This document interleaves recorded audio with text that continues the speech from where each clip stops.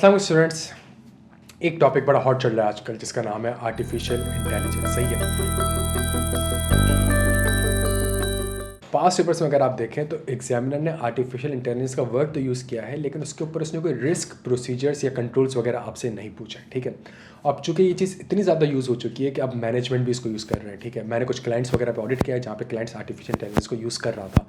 इस केस में अगर एक आर्टिफिशियल इंटेलिजेंस अकाउंटिंग कर रहा है, आर्टिफिशियल इंटेलिजेंस अगर फॉर एग्जांपल ये डिटरमाइन कर रहा है कि इसकी क्लासिफिकेशन नॉन करंट एसेट होनी चाहिए या करंट एसेट, आर्टिफिशियल इंटेलिजेंस अगर ये कर रहा है कि वो एक कॉन्ट्रैक्ट के बेसिस पे आपको बता रहा है कि जी ये शॉर्ट टर्म लीज़ है या फिर लॉन्ग टर्म लीज़ है, क्या ये IFRS 16 के स्कोप में फॉल करती है नहीं करती। अगर आर्टिफिशियल इंटेलिजेंस आपको ये बता रहा है कि जो रेवेन्यू का कॉन्ट्रैक्ट है इसके अंदर हमारे पास परफॉर्मेंस ऑब्लिगेशन कब सेटिस्फाई हो रही है, कब रेवेन्यू रिकग्नाइज होना चाहिए, या वो एक कॉन्ट्रैक्ट को पढ़ के उसका अकाउंटिंग मेमो वगैरह बना रहा है, ये सारी चीज़ें यूज़ हो रही हैं। सही ना, हम अपने क्लाइंट्स वगैरह पे उसको यूज़ कर रहे हैं। अब अगर एक चीज़ इस तरीके से आ रही है और आप क्लाइंट के पास जाते हैं, क्लाइंट को कहते हैं कि भाई ये जो नॉन करंट एसेट है करंट एसेट है, इसकी बेसिस क्या है, इसकी नेचर क्या है, क्लाइंट आगे से कहता है ये तो सिस्टम ने करा है, ये तो आर्टिफिशियल इंटेलिजेंस ने करा है।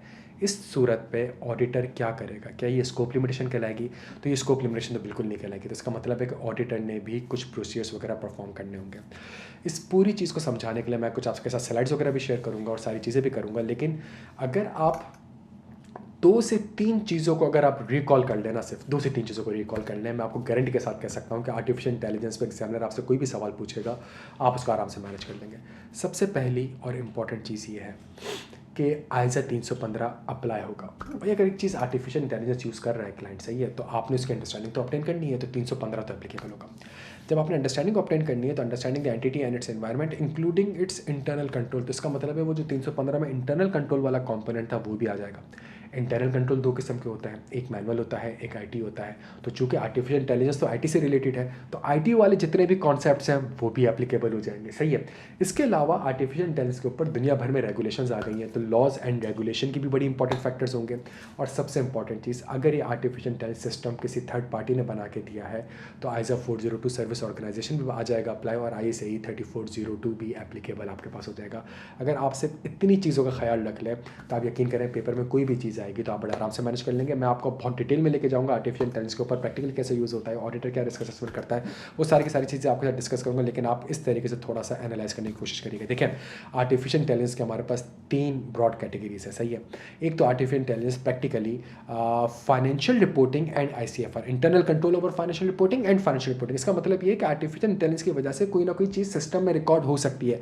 तो फिलहाल इसने ब्रॉड कैटेगरीज आपको बता दी। सबसे पहली ब्रॉड कैटेगरीज बता दी कि information prepared by the artificial intelligence. सही है। डिस्क्लोजर्स वगैरह बना दे सकता है, आपको अकाउंटिंग मेमोज वगैरह बना के दे सकता है, आपको समरी ऑफ की कॉन्ट्रैक्ट्स वगैरह निकाल के दे सकता है। मैंने डिलाइट वगैरह भी आर्टिफिशियल इंटेलिजेंस वगैरह को यूज़ कर रहा है, तो हमारे पास बड़े बड़े कॉन्ट्रैक्ट्स आते हैं ड्यू डिलिजेंस वगैरह के, तो वो हम सिस्टम में डाल दो और सिस्टम कहता है मुझे की इन्फॉर्मेशन इसमें बता दो, इस ड्यू डिलिजेंस के अंदर की इन्फॉर्मेशन क्या है। सही है।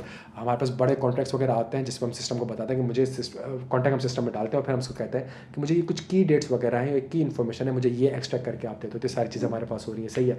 इसके अलावा एक इंटेलिजेंट ऑटोमेशन है कि वो इंटेलिजेंट ऑटोमेशन क्या करेगा, वो बाकायदा तौर पे ट्रांजैक्शन को इनिशिएट, प्रोसेस या रिकॉर्ड कर रहा होगा। सही है। फॉर एग्जांपल एक वाउचर आया सिस्टम में, जब सिस्टम में वाउचर आया तो वो उसको बैठ के देखेगा ये फिक्स एसेट से रिलेटेड है। हाँ जी, फिक्स एसेट रिलेटेड है।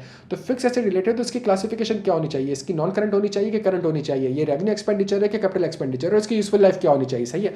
तो वो इंटेलिजेंट ऑटोमेशन के बेसिस पे वो चीज़ों को ऑटोमेट कर रहा होगा। ठीक है। और ये भी क्लाइंट्स वगैरह पे यूज़ हो रहा है। सही है। ये भी आजकल इंडस्ट्रीज वगैरह में यूज़ हो रही है चीज़ें। ठीक है। इसके अलावा एक तीसरी चीज़ मैनेजमेंट एस्टिमेट्स के ऊपर, इसके ऊपर हमारे पास IFRS 9 भी है, ECL मॉडल वगैरह भी है, वारंटी के प्रोविजंस भी हैं, एस्टिमेट्स वगैरह भी हैं, रिबेट्स वगैरह भी हैं। तो वो रियल टाइम के डेटा के ऊपर इन चीज़ों को भी सिस्टम जो है वो कैलकुलेट कर रहा होता है। ठीक है। तो ये हमारे पास एक 3 ब्रॉड कैटेगरीज आ गए कि इस तरीके से ये वो चीज़ें जिसकी बेसिस पे फाइनेंशियल स्टेटमेंट में किया कोई ना कोई चीज़ रिकॉर्ड हो रही होगी। जो मैंने लेक्चर के स्टार्ट में आपसे बात करी थी, अगर आप इसको देखें तो ये हमारे पास 4 ब्रॉड स्टेप्स हैं। अगर आप इसको फॉलो कर लेंगे तो आपको ऑडिट वाली साइकिल कंप्लीट हो जाएगी। सबसे पहली चीज़, understand the impact of AI on the entity and its internal control over financial reporting. सबसे पहला काम आपने ये करना है कि आपने अंडरस्टैंड करना है इम्पैक्ट ऑफ आर्टिफिशियल इंटेलिजेंस को ऑन द एंटिटी। तो मैंने जो 315 वाली बात स्टार्टिंग में कही थी उसको, उसके बाद असेस द इम्पैक्ट। भाई 315 का तो काम ये कि रिस्क को आइडेंटिफाई करना है और रिस्क को असेस करना है। तीसरी चीज़, identify the relevant control, understanding the entity and its environment including its internal control. तो फिर आपने इंटरनल कंट्रोल की अंडरस्टैंडिंग लेनी है। और चौथी चीज़, assess the impact of AI on the audit report. जब रिस्क आइडेंटिफाई होगा तो उसका अगेंस्ट ISA 330 के हिसाब से आपने रिस्पॉन्स बनाना होगा। ठीक है।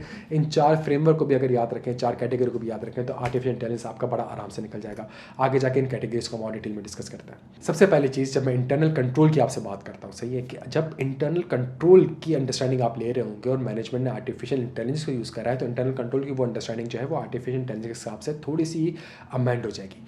कैटेगरीज वही हैं, अगर आप अपनी स्क्रीन में देखें, कंट्रोल एनवायरनमेंट है, रिस्क असेसमेंट प्रोसेस है, इंफॉर्मेशन सिस्टम है, मॉनिटरिंग ऑफ कंट्रोल है, कंट्रोल एक्टिविटीज़ है। तो कंट्रोल वही है, सिर्फ इन्हीं कैटेगरीज को आपने आर्टिफिशियल इंटेलिजेंस के ऊपर अप्लाई करना है। कंट्रोल एनवायरनमेंट या तो आपको दोस्त साबित गवर्नेंस कैसे पार्टिसिपेट करते हैं, क्या आपके पास कॉम्पिटेंट स्टाफ है कि नहीं है, क्या उनकी ट्रेनिंग्स वगैरह होती हैं कि नहीं होती, आपको याद आ रही है सारी चीज़ें।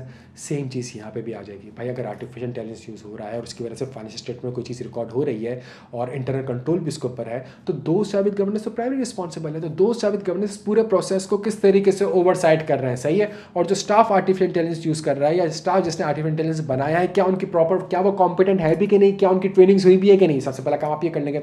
दूसरी चीज़, रिस्क असेसमेंट प्रोसेस। पहले ये होता था, पहले आपका रिस्क ये होता था कि भाई अगर मेरे पास कोई वाउचर आया तो रिस्क ये है कि उसकी क्लासिफिकेशन सही नहीं करी होगी बंदे ने, ठीक है, नॉन करंट में क्लासीफाई नहीं करा होगा, रेवेन्यू कैपिटल एक्सपेंडिचर क्लासीफाई नहीं करा होगा। अब आपका रिस्क असेसमेंट चेंज हो गया, बिकॉज आर्टिफिशियल इंटेलिजेंस जो है अब ये सारी क्लासिफिकेशन कर रहा है, अब ये सारी असेसमेंट कर रहा है, तो अब रिस्क आपका जो है वो चेंज हो जाएगा, क्या सिस्टम सही कर रहा है कि नहीं कर रहा है, ठीक है। तीसरी चीज आपके पास आ जाएगी इन्फॉर्मेशन सिस्टम एंड कम्युनिकेशन। पहले क्या होता था, पहले वाउचर आता था, वाउचर जाके आगे फाइनेंस में जाता था, फाइनेंस वाला उसको देखता था, कॉल करता था, पूछता था, चीजें करता था, फिर क्लासिफिकेशन करता था। अब तो इंटेलिजेंस ऑटोमेशन है, अब तो ये सारी चीजें खुद ब खुद ऑटोमेटिक हो रही है। तो इसका मतलब है इसके बेसिस पे मैनेजमेंट को अपने प्रोसेस को भी अपडेट करना होगा, प्रोसेस को भी चेंज करना होगा। पहले तो वो खुद अप्रूव कर रहा होता था, अब सिस्टम उसको बता रहा है कि भाई ये क्लासिफिकेशन है, अब वो बैठ के चेक कर रहा है कि उसका अप्रूव कैसे करेंगे। तो जो इन्फॉर्मेशन सिस्टम या इन्फॉर्मेशन कम्युनिकेशन का प्रोसेस था वो थोड़ा सा चेंज हो जाएगा। चौथी सबसे इंपॉर्टेंट चीज कंट्रोल एक्टिविटीज, थोड़ी देर में हम इसको डिस्कस करेंगे। और आखिरी सबसे इंपॉर्टेंट चीज है हमारे पास मॉनिटरिंग ऑफ कंट्रोल। इन सारी चीजों को internal audit, head of internal audit, internal audit department, internal audit function किस तरीके से मॉनिटर करेगा, सही है, किस तरीके से मॉनिटर करेगा। अगली सबसे इंपॉर्टेंट चीज़ जो मैंने आपसे कही थी कि कंट्रोल की तो आपने अंडरस्टैंडिंग ले ली। कंट्रोल दो किस्म के होते हैं, मैनुअल और आईटी। और जब आप आईटी की कंट्रोल होते हैं तो आईटी की आप अंडरस्टैंडिंग ऑब्टेन करते थे। जब आप आईटी की अंडरस्टैंडिंग ऑब्टेन करेंगे तो यहाँ पे तीन चीज़ें समझना बड़ी ज़रूरी है। ये जो आर्टिफिशियल इंटेलिजेंस है ये क्लाइंट के पास आ किस तरीके से रहा है, तीन तरीके आ रहे हैं उनके पास। पहली चीज़ कि उन्होंने जो ईआरपी लिया हुआ है माइक्रोसॉफ्ट का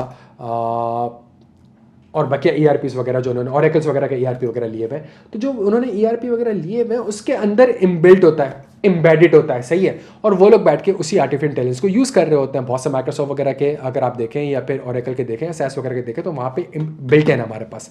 सेकंड चीज़ हमारे पास ये है कि एक सॉफ्टवेयर होगा और वो सॉफ्टवेयर आपने क्या कहते हैं खरीदा होगा किसी से, और उस सॉफ्टवेयर के थ्रू चीज़ें आपके पास जो है वो आर्टिफिशियल इंटेलिजेंस को आप यूज़ कर रहे होंगे। चैट जीपीटी वगैरह हो गया, चैट जीपीटी के अलावा बहुत सी ऐसी चीज़ें, बहुत सी ऑडिट फर्म जो है वो सॉफ्टवेयर को यूज़ कर रही हैं, थर्ड पार्टी सॉफ्टवेयर को यूज़ कर रही हैं आर्टिफिशियल इंटेलिजेंस वगैरह के लिए। तीसरी चीज़ हो गई कस्टम बिल्ड, आपने बैठ के कस्टमली बिल्ड करा आर्टिफिशियल इंटेलिजेंस को, सही है। आपने बैठ के उसको पूरे सिस्टम को ट्रेन करा, पूरा मॉडल बनाया, सब कुछ किया, उसको अपडेट किया और उसके बेसिस पर आपने ट्रेन करा। तो ये तीन तरीके हो सकते हैं आपके पास आर्टिफिशियल इंटेलिजेंस को लेके आने के लिए, ठीक है। ऊपर जो मैंने आपसे एक चीज़ पढ़ाई थी इंटरनल कंट्रोल की, जो कंट्रोल एक्टिविटीज़ वाली पार्ट थी, तो उसमें जब आप अंडरस्टैंडिंग ले रहे होते हो तो मैनेजमेंट से आप क्या सवाल करोगे, मैनेजमेंट से आप सवाल क्या करोगे, ये एक अच्छे सवाल है हमारे पास जो कि हम मैनेजमेंट से पूछ सकते हैं। सबसे पहली चीज़, आपने मॉडल को ट्रेन कैसे किया, सही है, और क्या does the entity evaluate the sufficiency of the training. क्या ये देखें, अगर सिस्टम को एक आर्टिफिशियल इंटेलिजेंस है ना, तो क्या आपने उसको ट्रेन करा है कि नहीं करा। अगर आपने उसको ट्रेन ही सही नहीं करा तो उसका मतलब है कि जो भी आप इनपुट डालेंगे वो उसका गलत आउटपुट ही आपको बता रहा होगा, सही है। उसके बाद ट्रेन अगर आपने कर लिया तो फिर सिस्टम को आपने टेस्ट किया था। टेस्टिंग आपको याद आ रहा है, जनरल आईटी कंट्रोल वाली चीज़। ट्रेनिंग का वर्ड भी आपको याद आ रहा है, जनरल आईटी कंट्रोल। बस ये वही वर्ड्स हैं, सिर्फ यहाँ पे बिल्ट इन हो रहे हैं मेरे प्यारे बच्चों, सही है। तो क्या आपने उसको इसकी टेस्टिंग करी भी थी कि नहीं करी थी, सही है। उसके बाद how does the entity assess the completeness and the accuracy of the model output for the intended purpose. और जो आउटपुट वो आपको बता रहा है क्या वो आपके लिए सफिशिएंट है भी कि नहीं, क्या वो आपका पर्पस पूरा कर भी रहा है कि नहीं कर रहा, आपने ये चीज़ें करनी है, सही है। उसके बाद how does the entity train the employees who use the model to consider the model. याद आ रहा है आपको, हम जनरल आईटी कंट्रोल में पढ़ते थे कि जी हमने अपने स्टाफ को ट्रेनिंग्स वगैरह प्रोवाइड करने की, वही ट्रेनिंग का वर्ड उठ के यहाँ पे भी आ रहा है। उसके बाद सबसे अच्छी इंपॉर्टेंट चीज़, क्या आपने अपने सिस्टम को या मॉडल को अपडेट करा भी है कि नहीं करा। कल को आपने अपने सिस्टम, कल को आपने यूजफुल लाइफ चेंज कर दी तो सिस्टम सिस्टम तो अभी भी वही 5 साल बता रहा होगा, 3 साल बता रहा होगा। कल को आपने अपनी पॉलिसी चेंज कर दी कि 50,000 से ऊपर वाला कैपिटल एक्सपेंडिचर होगा, सिस्टम तो अभी पुराना। तो सिस्टम को आप किस तरीके से ट्रेन कर रहे हैं। अगर फॉर एग्जांपल सिस्टम किसी लॉज एंड रेगुलेशन की कंप्लाइंस को चेक कर रहा है और लॉज एंड रेगुलेशन में अपडेट आती है, तो अब आप उसको नए लॉज एंड रेगुलेशन को किस तरीके से आप ट्रेन कर रहे होते हैं। ये सारी की सारी चीज़ें हैं जो कि बड़ी ज़्यादा इंपॉर्टेंट है, और ये कुछ 4-5 फैक्टर्स हैं जो कि आपने कंसिडर करने होंगे सिस्टम के ऊपर with respect to internal control. कुछ मैं आपके सामने एग्जांपल रख रहा हूँ बच्चों कि कुछ हमारे पास एआई एप्लीकेशन ऐसी हैं जो कि हमने डिपेंड चेक करना होगा कि क्या आपके लिए रेलिवेंट है भी कि नहीं। सही है, आपके प्रैक्टिकल नॉलेज के लिए, बिकॉज अगर पेपर में सवाल आएगा तो जाहिर सी बात है वो जब सवाल 10-15 नंबर का 20 नंबर का पूछेगा तो इसका मतलब रेलिवेंट है। अगर कोई अकाउंटिंग मेमो सिस्टम ड्राफ्ट करके दे रहा है, आर्टिफिशियल इंटेलिजेंस ड्राफ्ट करके दे रहा है, या for example foot note disclosure वगैरह बना के दे रहा है, या फिर मिनट्स ऑफ द मीटिंग्स बना के दे रहा है, या की कॉन्ट्रैक्ट टर्म्स के समराइजेशन कर रहा है, तो वो आर्टिफिशियल इंटेलिजेंस आपके लिए रेलिवेंट नहीं है। क्यों? इसके बेसिस पे कोई डायरेक्टली फाइनेंशियल स्टेटमेंट में ट्रांजैक्शन इनिशिएट नहीं हो रही। अगर एक अकाउंटिंग मेमो बन गया है तो आप वैसे ही अपने ऑडिट में जाके उसको चेक कर रहे होंगे, सही, उसको असेस कर रहे होंगे। और सबसे इंपॉर्टेंट चीज़ ये होती है कि इसके ऊपर एक ह्यूमन कंट्रोल का एलिमेंट लाजमी शामिल होता है। तो अगर एक कॉन्ट्रैक्ट की टर्म्स है तो उसको पढ़ा जाएगा और पढ़ने के बाद उसको ह्यूमन इन्वॉल्वमेंट होगी और वो ये चेक करेगा कि जो कॉन्ट्रैक्ट की इवैल्यूएशन या इंटरप्रिटेशन सही हुई है कि नहीं हुई। सेकंड चीज़ जो कि सबसे ज़्यादा इंपॉर्टेंट है वो है आपके पास जहाँ पे फॉर एग्जांपल कुछ मैंने एग्जांपल्स आपके पास रखी हैं कि वो क्लासीफाई कर रहे हैं ऑपरेटिंग वर्सेस कैपिटल। ये वो चीज़ है जिसके बेसिस पे डायरेक्टली फाइनेंशियल स्टेटमेंट में एक ट्रांजैक्शन रिकॉर्ड हो रही है, इनिशिएट हो रही है, प्रोसेस हो रही है, रिकॉर्ड हो रही है। अगर कोई ऐसा आर्टिफिशियल इंटेलिजेंस जिसके बेसिस पे फाइनेंशियल स्टेटमेंट में कोई चीज़ रिकॉर्ड हो रही है, इनिशिएट हो रही है, प्रोसेस हो रही है, वो आपके लिए रेलिवेंट हो जाएगा। सही है, वो आईटी सिस्टम आपके लिए रेलिवेंट हो जाएगा। आप फर्म के बच्चे हैं माशाल्लाह, आपने अपने फर्म में आईटी वालों को इन्वॉल्व किया होगा। जब आप अपने आईटी वालों को इन्वॉल्व करते हैं तो आईटी वाला पहला सवाल आपसे ये करता है कि भाई मुझे रेलिवेंट सिस्टम बता दो। तो आप उसको कहते हो क्लाइंट ये 15 सिस्टम यूज़ कर रहा है, लेकिन इस 15 सिस्टम में से मेरे लिए जो रेलिवेंट सिस्टम है वो 3 रेलिवेंट सिस्टम है। सही, बिकॉज ये वो प्राइमरी सिस्टम है जिसके बेसिस पे ट्रांजैक्शन इनिशिएट हो रही है, प्रोसेस हो रही है, रिकॉर्ड हो रही है। जब ऐसी चीज़ हो रही होगी प्यारे बच्चों तो इसका मतलब है सेम चीज़। जब मैनेजमेंट 10 किस्म के आर्टिफिशियल इंटेलिजेंस यूज़ कर रही है, आपकी स्टडी से क्योंकि ऐसा कौन सा सिस्टम है जो कि मेरे लिए रेलिवेंट है। और वंस वो रेलिवेंट हो गया प्यारे बच्चों तो बस अब यहाँ से चीज़ जाएगी आईटी वाले के पास, आईटी वाला जीआईटीसी भी करेगा, एप्लीकेशन कंट्रोल भी करेगा, सारी वही चीज़ें साइकिल रिपीट कर रहा होगा। और यहाँ पे हमारे पास कुछ आपके प्रैक्टिकल नॉलेज के लिए मैंने कुछ एग्जांपल्स वगैरह रखी हुई हैं जहाँ पे प्रैक्टिकली फाइनेंशियल स्टेटमेंट में इन सिस्टम के थ्रू, ये ईआरपी के सिस्टम है, सैप है, ऑरेकल है, माइक्रोसॉफ्ट है, जिसमें एआई के फंक्शंस इनबिल्ट है, और ये कुछ थर्ड पार्टीज़ है जो कि आर्टिफिशियल इंटेलिजेंस के सॉफ्टवेयर वगैरह को प्रोवाइड कर रही होती है। सही है, आप में से कोई ईवाई में होगा तो वो एक सॉफ्टवेयर आप लोगों का बड़ा ज़बरदस्त है जिसमें वो सारे आप जर्नल्स वगैरह डंप करो, वो आपको पूरी कोरिलेशन बता रहा होता है रिसीवेबल की, रेवेन्यू की, कौन से ट्रांजैक्शन आउटलाइनर है, कौन से ट्रांजैक्शन आउटलाइनर नहीं है, वो सारी चीज़ आपको बता रहा होता है। तो इस तरह के बहुत से आर्टिफिशियल इंटेलिजेंस और बहुत सी ऐसी टेक्नोलॉजी मार्केट में अवेलेबल है, थर्ड पार्टी आपको प्रोवाइड कर रही होती है, और उसके बेसिस पे आप बड़े आराम से चीज़ों को एनालाइज कर सकते हैं और असेस भी कर सकते हैं। ठीक है, तो ये कुछ आपके लर्निंग के लिए। आखिरी चीज़ सबसे important, do not forget the implication of the ISO 250 laws and regulation and ISO 402 and ISAE 3402। ये बड़ी इंपॉर्टेंट है। अब बच्चों अगर मैं इस पूरी चीज़ को आपके लिए समराइज़ करूँ तो देखें, एक चीज़ का ख्याल रखिएगा, बड़ी इंपॉर्टेंट है। अगर पेपर में वो आपसे पूछ भी ले तो जो मैंने आपको स्लाइड्स बताई हैं, जो मैंने आपको लेक्चर्स बताया है, उसको सामने रखिएगा। और बहुत से ऐसे चीज़ें हैं जो कि आप ऑलरेडी पढ़ चुके हैं, सिर्फ और सिर्फ उसको आर्टिफिशियल इंटेलिजेंस के वर्डिंग में अप्लाई करना होगा। फॉर एग्जांपल अंडरस्टैंडिंग वाली 315 वाली बात मैंने आपको बताई, इंटरनल कंट्रोल वाली बात मैंने आपको वो बताई, ओवरऑल स्ट्रेटजी क्या होगी मैंने आपको वो बताई, जनरल आईटी कंट्रोल एप्लीकेबल आपके पास रहेगा। सही है, वो सारी मैंने आपको चीज़ें बताई। रेलिवेंट सिस्टम होगा या नहीं होगा वो सारी चीज़ें मैंने आपको कवर करा दी। और सबसे इंपॉर्टेंट चीज़, इन्हीं वर्ड्स को, इन्हीं टर्मिनोलॉजीज़ को अगर आप यूज़ कर रहे होंगे तो बड़े आराम से बैठ के आप क्या कहते हैं अटैम्प्ट कर सकते हैं। एक्सपेक्टेड सवाल क्या है? एक्सपेक्टेड सवाल ये है कि मैनेजमेंट आर्टिफिशियल इंटेलिजेंस यूज़ कर रही है और उसके बेसिस पे फाइनेंशियल में कोई चीज़ें रिकॉर्ड हो रही है। बताएं आपकी स्ट्रेटजी क्या होगी। जब आपकी स्ट्रेटजी क्या होगी तो आप सबसे पहले ये देखेंगे कि जी कि जो आर्टिफिशियल बेसिस पे जिस जगह पे रिकॉर्ड हो रही है क्या वो बैलेंस मेरे लिए मटेरियल है, सिग्निफिकेंट अकाउंट बैलेंस है। इफ़ यस तो इसका मतलब है फिर मैं आर्टिफिशियल इंटेलिजेंस के ऊपर आऊँगा और मैं ये देखूंगा कि क्या आर्टिफिशियल इंटेलिजेंस सिस्टम जो है क्या ये मेरे सिस्टम मेरे लिए रेलिवेंट है। अगर मेरे कैसे पता चलेगा रेलिवेंट है? अगर ह्यूमन इन्वॉल्वमेंट बहुत कम हो रही है और सिस्टम ही सब कुछ खुद कर रहा है तो इसका मतलब है कि वो सिस्टम आपके लिए रेलिवेंट हो चुका है। ठीक है, वो सिस्टम आपके लिए रेलिवेंट हो चुका है। अगर वो सिस्टम रेलिवेंट हो गया है यस, तो इसका तीसरा मतलब ये है कि जी मुझे इस सिस्टम के ऊपर जो है जो कि रेलिवेंट हो चुका है तो मुझे इसकी IT अंडरस्टैंडिंग ऑब्टेन करनी होगी। सही, सिस्टम कैसे कैलकुलेट करता है, सिस्टम ट्रांजेक्शन कैसे इनिशिएट होती है, कौन कौन से कंट्रोल्स हैं, उसकी अंडरस्टैंडिंग लेनी होगी। इसके लिए आप चाहें तो अपने IT एक्सपर्ट को भी इंगेज कर सकते हैं, वो उसको इंगेज कर सकते हैं और वो बैठ के आपको जनरल IT कंट्रोल्स उस सिस्टम के ऊपर परफॉर्म करेगा, सही है। और आर्टिफिशियल जैसे स्पेसिफिक चीज़ें भी आप लिख सकते हैं कि ये सिस्टम जो है ये थर्ड पार्टी से ख़रीदा है, ये ERP सिस्टम इम्प्लीमेंटेड या मैनेजमेंट ने खुद बनाया है। अगर मैनेजमेंट ने खुद बनाया है तो मैनेजमेंट ने सिस्टम को ट्रेन कैसे करा, उसको अपडेट कैसे करती है, 2 साइड गवर्नेंस कैसे पार्टिसिपेट करती है, लोगों के पास कॉम्पिटेंसी कैपेबिलिटी है, सिस्टम को ट्रेन कैसे किया गया, यूजर्स को कैसे ट्रेन किया गया है, डेटा की कंप्लीटनेस एंड एक्यूरेसी को कैसे इंश्योर किया है, आप ये सारे पॉइंट्स आराम से मेंशन कर सकते हैं। अगर वो चीज़ थर्ड पार्टी का सॉफ्टवेयर खरीदा गया है आपने लेट से, तो थर्ड पार्टी के सॉफ्टवेयर ने अगर फॉर एग्जाम्पल एक सॉफ्टवेयर है और उसमें वो ट्रेनिंग वगैरह सारी हुई है, तो आप 3402 के हिसाब से सर्विस ऑर्गेनाइजेशन की रिपोर्ट भी ले सकते हैं और एज अ 402 भी कंसिडर हो सकता है कि भाई थर्ड पार्टी है, सारी चीज़ें यहाँ पे जाती है, इनके पास सिस्टम है और सिस्टम के बेसिस पे हमारे पास ये सारी की सारी चीज़ें यहाँ पे रिकॉर्ड होकर आ जाती है, तो 402 अप्लाई हो जाएगा। अगर माइक्रोसॉफ्ट का सिस्टम है और उसी के अंदर बिल्ट इन है आपके पास, तो फिर चूंकि माइक्रोसॉफ्ट का सिस्टम है और उसी के अंदर बिल्ट इन है, तो आप ये देखेंगे कि माइक्रोसॉफ्ट का सिस्टम जो है क्या वो मेरे लिए सिस्टम रेलिवेंट है। अगर रेलिवेंट है तो फिर आप इस वाले इंटरफेस को भी और इस वाली एप्लीकेशन को भी अपने पार्ट पे आप टेस्ट कर लेंगे।